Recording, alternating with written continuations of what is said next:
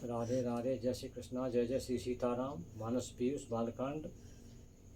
हृदय सिंधु मति सीप समाना, स्वाति शारदा कहीं सुजाना। जो बरसे बर बार विचारू, ओहि कवित मुकुता मन चारू। बाबा तुलसीदास जी कहते हैं कि जो हृदय है ना, वो समुद्र के समान है, और जो मन है ना, हमारे विचार है ना, वो सीप के समान है। और सरस्वती माता है ना, वो स्वाति के समान है। अब क्या होता है कि स्वाति नक्षत्र का जो जल बरसता है वो सीप में पड़ता है।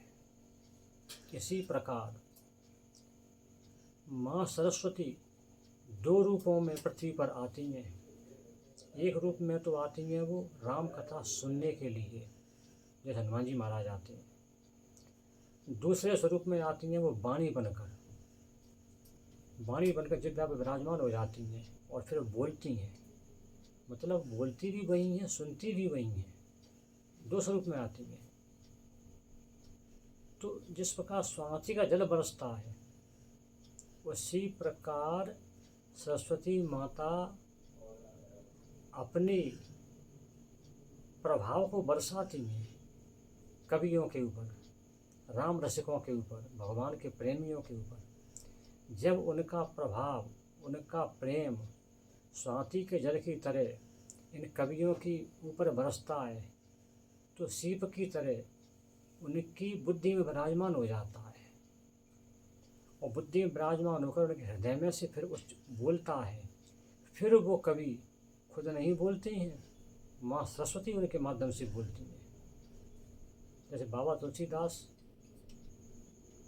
के मुंह से सरस्वती माता बोलती हैं, हमारे गुरु महाराज के मुंह से सरस्वती माता बोलती हैं। आप परिकल्पना कीजिए, सोचिए कि बड़े बड़े कवि हुए हैं, महाकवि हुए हैं। आप इतिहास उठाकर देख लीजिए, काव्य के पूरे इतिहास को उठाकर देख लीजिए।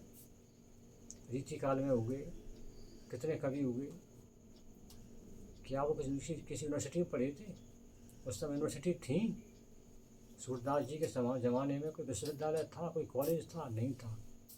बाबा तुलसीदास जी किसी कॉलेज में, किसी विश्वविद्यालय में पढ़े थे? नहीं पढ़े थे। फिर क्या था? ये राम जी के अनन्य भक्त थे। इन्होंने नाम जप किया था, और नाम जप करते करते करते करते इनकी बुद्धि इतनी उज्ज्वल हो गई, इतनी निर्मल हो गई कि माँ सरस्वती जी इनकी बुद्धि में निवास करने लगी, इनकी बुद्धि में वास करने लगी और इनकी वाणी से बोलने लगी। तो इनके मुँह से एक एक शब्द वेदों का, एक एक शब्द शास्त्रों का इस प्रकार निकलने लगा जैसे कि इन्होंने कहीं बैठ के पढ़ा है, अध्ययन किया है। वो सरस्वती माता की कृपा है। तो इस प्रकार माता सरस्वती को बुलाया बाबा तुलसीदास जी ने, उनका आवाहन किया, उनका वंदन किया, तो वो पधारी और बाबा की जिह्वा पर विराजमान हो गई और बाबा के सामने सुनने के लिए भी बैठे गई। इसलिए इस रामचरितमानस रचना हुई। ये रामचरितमानस वैसे ही नहीं बन गया है।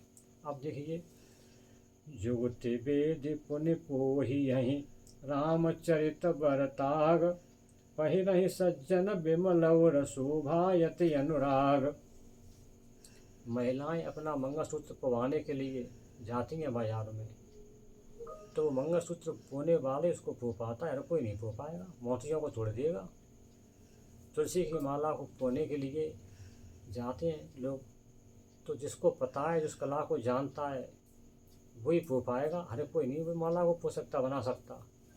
उसी प्रकार अच्छी कविता में, अच्छे काव्य में कोई बुद्धिमान कवि हजारों में एक, जिसके ऊपर सरस्वती माता की कृपा है, वही शब्दों को उस काव्य की माला में पिरो सकता है, सही जगह सही स्थान पर शब्दों को फिट कर सकता है कि वो अपने भाव को प्रकट कर दे, अपनी बात को कह दे, और सामने वाले को एहसास हो जाए कि हाँ, इसने ये बात कह दी, और कम शब्दों में कह दे, और काव्य की रचना प्रभावित नहीं हो। जो काव्य का स्वरूप है, काव्य के विभेद हैं, वो यथावत बने रहें, किसी प्रकार की काव्यात्मक गलती नहीं हो, और बात भी कह दी जाए। वो सरस्वती माता की कृपा है। उस कृपा से वो कवि उन शब्दों को काव्य की माला में पिरो के स्थान पर, उपयुक्त स्थान पर स्थापित करके रख देता है, काव्य को बना देता है। ये माता सरस्वती की कृपा है। तो बाबा कह रहे हैं कि मेरे ऊपर सरस्वती माता की कृपा है। मैंने जो रामचरितमानस लिखा है, मेरे मुँह से माँ सरस्वती बोलती हैं, वही बैठ के सामने बैठ के सुनती हैं, हनुमान जी महाराज की तरह। उन्होंने शब्दों को सही जगह पर फिट किया है। काव्यात्मक रचना उन्होंने ही की है, मैंने कुछ नहीं किया है। मेरे ऊपर माँ की कृपा है, मैंने सब माँ सरस्वती की कृपा से किया है। यह बाबा की व्याख्या है। राधे राधे, जय जय श्री सीताराम। राधे राधे, जय श्री कृष्ण।